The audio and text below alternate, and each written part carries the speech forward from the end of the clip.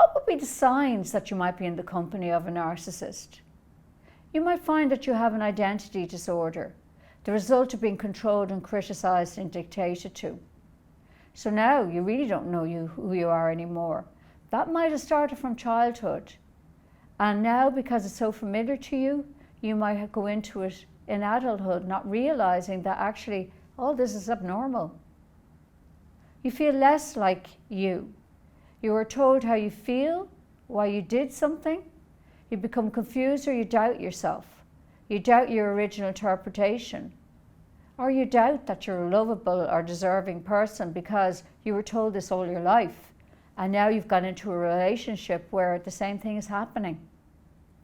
You have extreme emotional and physical fatigue because they take and take while you give and give.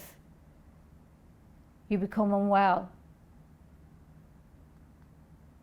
You end up taking responsibility for everything: childcare, babysitting, financial issues, housework, emotional issues within the family. They step back while you take on more and more for their approval, so that they'll finally maybe love you. But again, this is codependency. You're looking for the external validation. And also, you are not loving yourself. Again, everything is a lose-win, and for them a win-lose. Nothing is a win-win. And if we can't get a win-win, it should be a no deal. If we're well and healthy, and we've come from a healthy background. But generally, when we stay in relationships like this, we've probably come from a narcissistic background or a codependent background, where both parents were just pleasers themselves and expected you to please everybody too. They complain that you're never doing enough, so you take on more and more while they'll do less and less. They don't care if you're tired or sick. They demand that you keep giving to them. And if you get sick, they get sick. So they're never there to support you. You end up suffering from mental confusion. You're getting different messages. That's called cognitive dissonance. Your mind is struggling with two opposing thoughts. He says he loves me and wants to go out, yet he starts a row before we go out. He says I look lovely, but then he says that you look a bit fat in that. He doesn't want to see me happy, but yet he says, I love you and I want you to be happy. Lots of opposing messages. He says he likes to see me mix, but then he's jealous if I talk to somebody else. Have you ever heard of the narcissistic stare? I have one gentleman that's doing really well. He's gone back to college and he's got out of his narcissistic relationship. Got talking just to a patient in a hospital while he was with his narcissistic partner. And just because he was having a gentle conversation with another patient, got the stare and was in trouble for a week after. You're not allowed to be yourself, so you lose yourself. You find yourself constantly going over everything in your head. You're trying to make sense of everything to keep the narcissist happy. It's like an addiction. I know even after, say, my drinking days, I'd be coming home, trying to piece everything together, what I say, what I didn't say. But also, I didn't realize I was doing the same when I was around narcissists. It is like an addiction. It is an addiction. You can't enjoy yourself. Your children or your life will also be affected. You're always trying to think ahead so you'll avoid causing upset to the narcissist. Is this your life? If it is, get help. You'll be suffering complex post-traumatic stress, and you'll have been in an emotional war for years. You never have emotional downtime because you relax. When you relax, something will kick off. They like drama. They'll create a drama. They need a drama. They feed off drama. They'll have a psychotic episode if they don't have drama. So do you have regular dramas in your life? That's what they feed off. It's when everything goes wrong, a row breaks out, or something goes wrong, right? That they feel fed. Eventually you develop depression over time,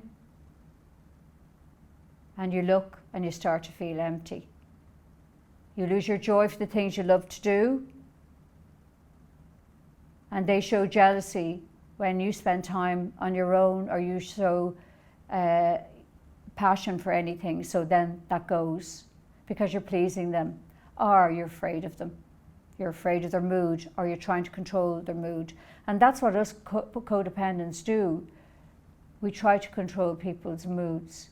We learned that from a very young age. If mom was in bad form or mom was sad, we tried to make her happy. If dad was in bad form or dad was sad, we tried to make him happy. So that's what we do unconsciously with the narcissist. You now have become disconnected from yourself, and you develop low self-esteem. You're feeling addicted to your abuser. You're dependent. You can't leave. Sometimes they purposely make us financially dependent. That way they have control. Because at the core of it, they're very low in self-esteem. They need to be in control of us. When we show strength, I have one client, I was working with them as a couple, and when she started to do her masters, he upped his game in putting her down because he felt threatened. You have this obsessive need to gain their approval, even if it costs you your life. That's how dependent you become. That's how addicted you are to your drug. I often say to my clients, see them as a heroin needle, right? As they're getting out of the relationship. That's how dangerous they are. Their dominant emotion is shame. Narcissists and toxic people have a shame-based identity. Rather than work through their shame, they project it onto their loved ones. That is because if you're happy, then there must be something wrong with them. If they're not, then they can't handle you being happy. You immediately become afraid and wonder, what did I do wrong? I'm actually thinking of a particular client, and actually two clients, that I've told them to, when they're going out, to drive separately. Because every time they went out, their narcissistic partner would have them in such a heap by the time they arrived. They would look like the ill one, and the narcissist would look like the well one, because they would have them so shamed and so disbelieving of themselves that they would be so upset, they would sit in the corner while the narcissist would be the life and soul of the party. So, the disassociating. It's a coping mechanism where you yourself will become disconnected from yourself emotionally. It's what we did as children, even in a narcissistic environment. That's why we don't know ourselves, right? Because our only way of coping is working from our head up, rationalising everything. When I went to counselling for the first time, and the counsellor asked me, Margaret, how do you feel? I hadn't a breeze how I felt. I could tell her how everybody else felt, but I didn't know how I felt, because my only way of surviving was to not feel, right? And it's a way of coping is to disassociate, because then we don't feel pain. So the victim of a narcissist will disassociate to cope, because then they don't feel pain.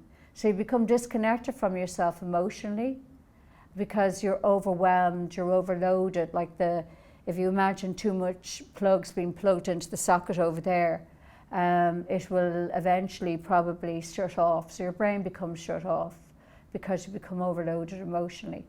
And also to avoid feeling the pain, you go numb to cope. You're easily triggered because you're living with an emotional manipulator that never lets you relax by constantly causing you to walk on eggshells. They keep you in a constant state of anxiety, and they feed off your emotional reactions. You develop coming back to reactions actually, then if you react, you look like you're the mad one. they'll actually turn around and they will say to you, look, they've put their angry self into you, right? And they take the good self, your good self, out of you, and they will say, look, you're the mad one, because you're the one that has reacted, yeah? And then you start doubting yourself.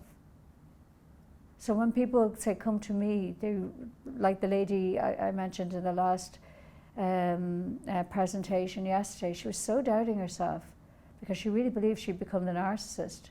But in fact, it was that manipulation that had caused that. So she left with a lot of clarity. Is this happening to you? So to cope, you develop destructive addictions to help you cope with the pain of living with a narcissist and not being yourself. Sadly, they look and believe, sadly then you look like you're the problem. And often you can end up in the addiction centre treating substance abuse while they look like they're the hail fellow well met person and they're well.